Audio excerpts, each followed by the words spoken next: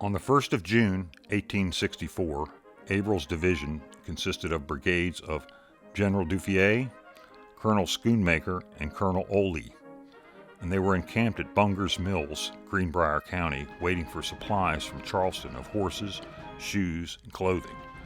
General Crook's division crossed the river on that day, leaving Averell to bring up his rear detachments and supplies, which did not arrive. Theodore Lang. Hunter's raid starts out at the heels of the defeat of the Union forces under Franz Sigel at the Battle of Newmarket. Within a week of that time, Sigel is replaced by Hunter, and Hunter has his army advancing back up the Shenandoah Valley within several days of taking command. And within 3 weeks of the date of the Battle of Newmarket, Hunter has won a smashing victory in the Shenandoah Valley, routing Confederates under General Grumble Jones at the Battle of Piedmont near Stanton, Virginia. He will march into Stanton, destroy the Virginia Central Railroad in that area, and there he'll be joined by the forces of George Crook and William Averell. May 24th, Tuesday. Crook and Averell are in fine condition. Averell was wounded in the late action near New River, hit by a spent ball or buckshot in the forehead, inflicting a slight bruise. David Hunter Strother. Averell right away has a pristine reputation because of his efforts in West Virginia in the latter half of 1863 at Droop Mountain, the Salem raid, and so Hunter thinks very highly of Averell, and he works closely with him in terms of planning the Lynchburg campaign. They're going to move south out of Stanton to Lexington. They'll burn Virginia Military Institute. Recall that cadets from the Virginia Military Institute had participated in the Battle of Newmarket, and there's a little engagement there with McCausland's brigade at Lexington, where he has artillery posted on the grounds of VMI. June 11th, Saturday. The burning of the Virginia Military Institute made a grand picture. A vast volume of black smoke rolled above the flames and covered half the horizon. I walked with General Averell and Halpine to an opposite hill to view the scene. But Hunter would also cross the line of warfare, proper bounds of warfare, while in Lexington, and he would burn the home of former Virginia Governor Letcher, who lived in Lexington at the time. And so that would set a dangerous course for the escalation of the war and eventually lead to the burning of Chambersburg, Pennsylvania.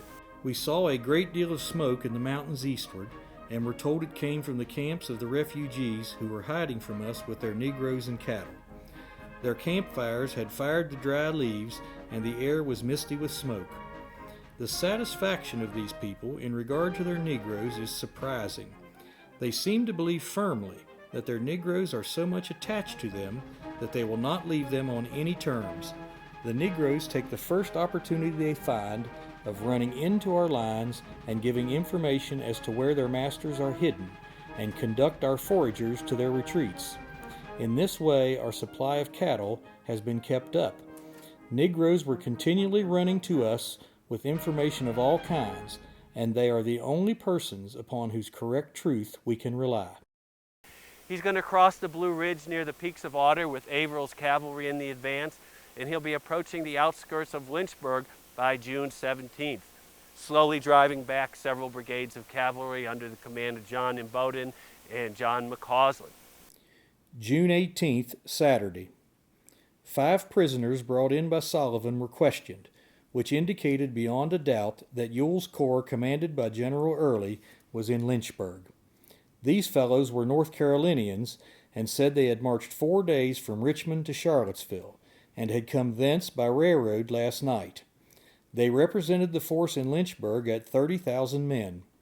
The commanders acknowledged the position to be critical, and all agreed that we must get out if possible.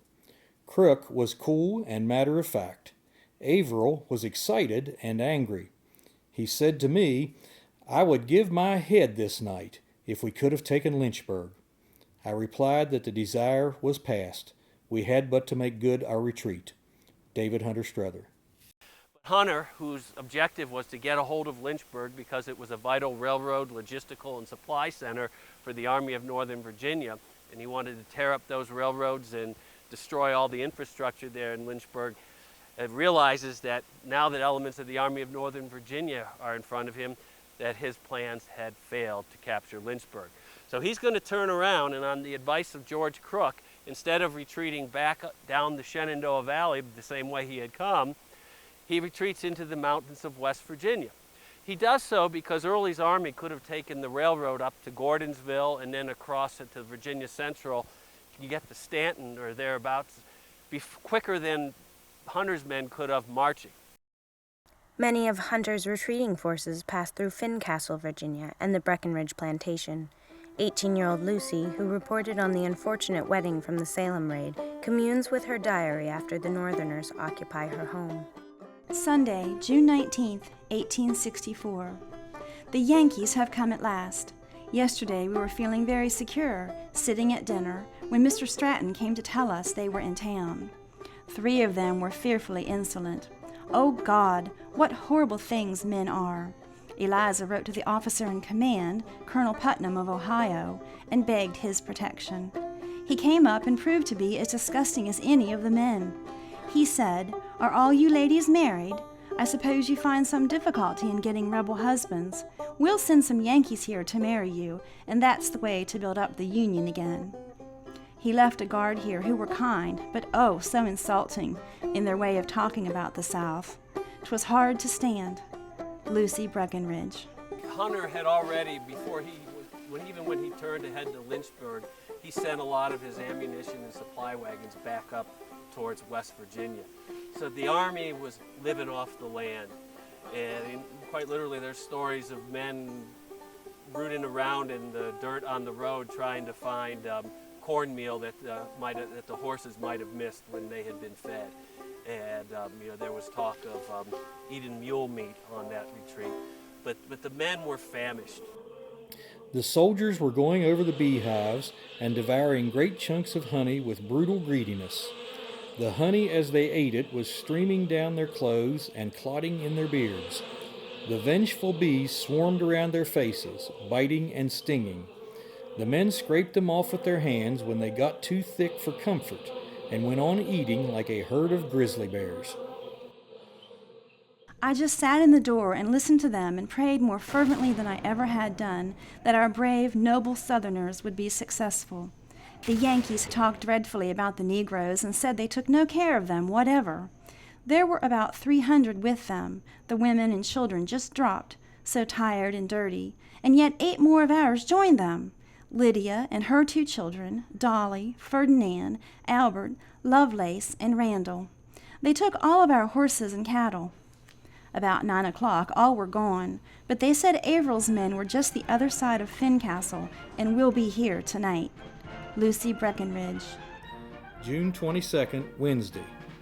As this day's march was considered the crisis of our retreat, there was great anxiety among the officers of the staff, and when a dispatch came in either from front or rear, it caused quite a flutter of speculation. At 5 o'clock we reached Newcastle and found Averell there. It is an airy and picturesque locality. I found Averell, as usual, sparking some girls, one of them a buxom, dimpled beauty. Ordinarily, the retreat through West Virginia that Crook proposed would have made a lot of sense. They could have, when they would have gotten up to around Charleston, they would have taken the river boats up to the Ohio River and then got up and linked up with the Baltimore and Ohio Railroad and very quickly been back into Cumberland and Harper's Ferry region. Unfortunately, there was a drought in West Virginia at the time, and that cost him several days. During the course of those several days, Jubal Early's force has raided down the Shenandoah Valley, crossed into Maryland, advanced to the doorsteps of Washington, D.C., where old Early quoted, he says, "Well, we haven't captured Washington, but we sure scared old Abe like hell." And then he falls back in confusion. Now, Hunter's going to come under a lot of criticism for this raid. And he will try and deflect some of this criticism upon General Averell. He said, "This fellow Averell came to me with a great reputation, and I relied upon him, and he gave me bad advice," to paraphrase what Hunter said, and made some very derogatory comments about Averell to General Grant. So you can see that Grant's opinion of Averell will be negatively influenced by Hunter.